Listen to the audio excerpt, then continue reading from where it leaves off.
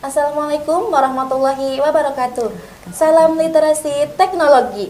Masih bersama saya, Tika Awalia Zahra, yang pada hari ini akan membedah sebuah tema, yaitu tentang realisasi pendidikan agama dalam kehidupan sehari-hari.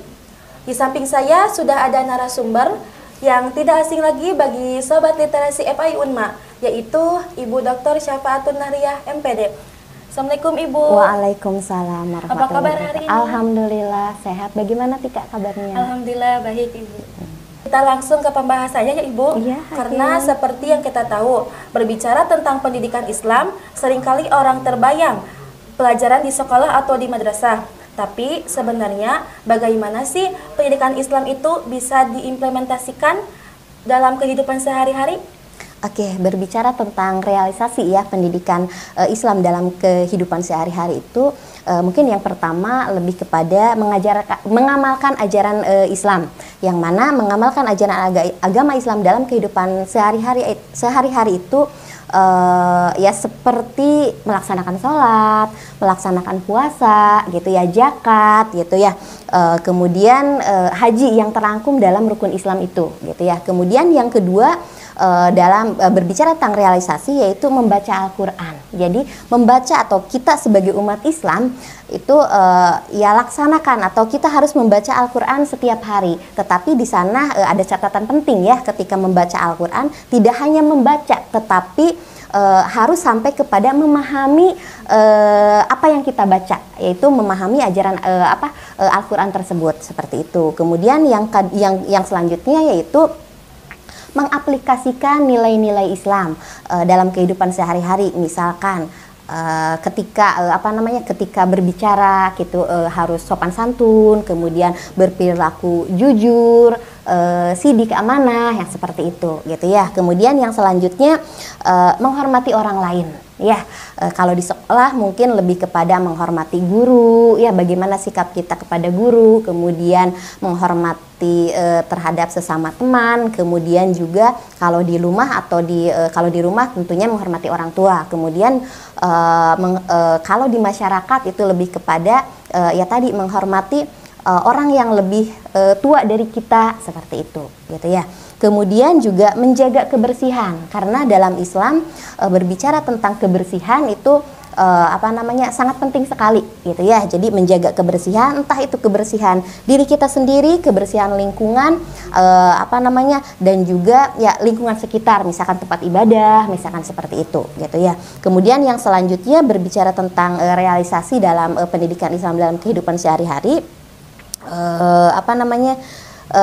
menghindari larangan. Jadi apa yang dilarang oleh Allah itu gitu ya, kita harus hindari sebisa mungkin gitu ya, karena itu bagian dari perintah Allah. Kemudian juga mengamalkan sunnah ya, mengamalkan sunnah-sunnah ya, contohnya seperti melaksanakan puasa Senin Kamis gitu ya.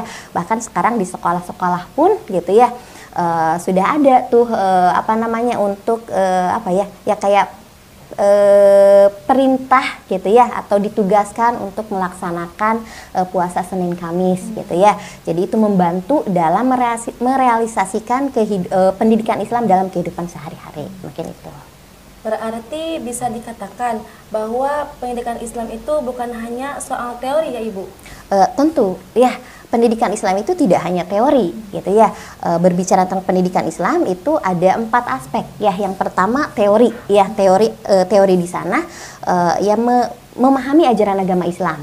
Kemudian yang kedua praktek, yaitu mengamalkan ajaran agama Islam itu tadi, seperti di awal saya sampaikan seperti sholat, seperti itu gitu. Kemudian yang selanjutnya penghayatan gitu ya. Penghayatan di sana menghayati dan merasakan kehadiran Allah gitu ya dalam kehidupan kita sehari-hari, seperti itu. Dan yang keempat yaitu berbicara tentang akhlak.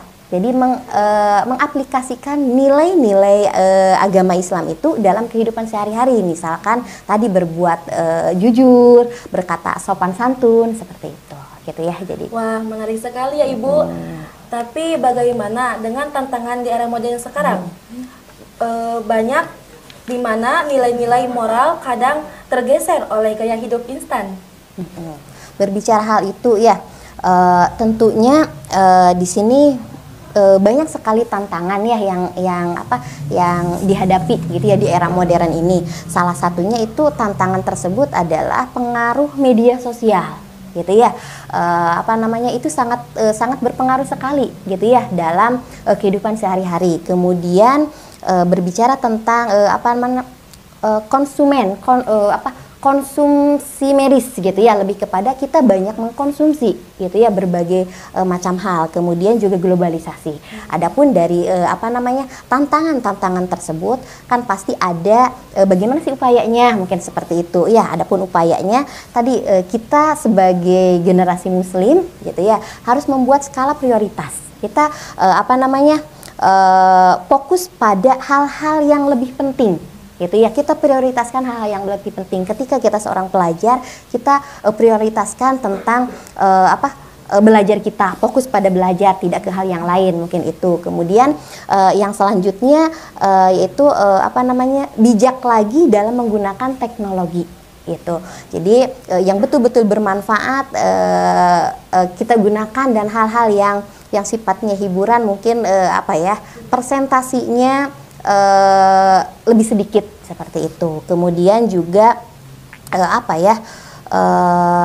kita ikut misalkan komunitas-komunitas gitu yang baik, atau misalkan kita mengikuti kajian-kajian, pengajian gitu ya, entah di tempat di lingkungan rumah misalkan seperti itu. Ya, itu bagian dari solusi atau cara untuk menghadapi tantangan tersebut. Seperti itu. Masya Allah, luar biasa sekali ya Ibu. Sebelum kita akhiri, boleh Ibu bisa memberikan pesan singkat untuk para penonton dan para pendidik agar bisa mulai menerapkan pendidikan Islam dalam kehidupan sehari-hari.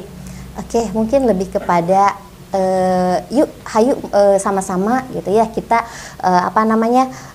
menjadikan nilai-nilai Islam itu sebagai pedoman hidup kita dalam dalam menjalankan kehidupan kita sehari-hari. Itu saja. Masya Allah, pesan yang sangat bermanfaat ya Ibu. Terima kasih banyak atas waktunya dan ilmu yang diberikan hari ini. Semoga kita semua bisa mengamalkan pendidikan Islam bukan hanya di sekolah, tetapi juga di setiap langkah kehidupan kita.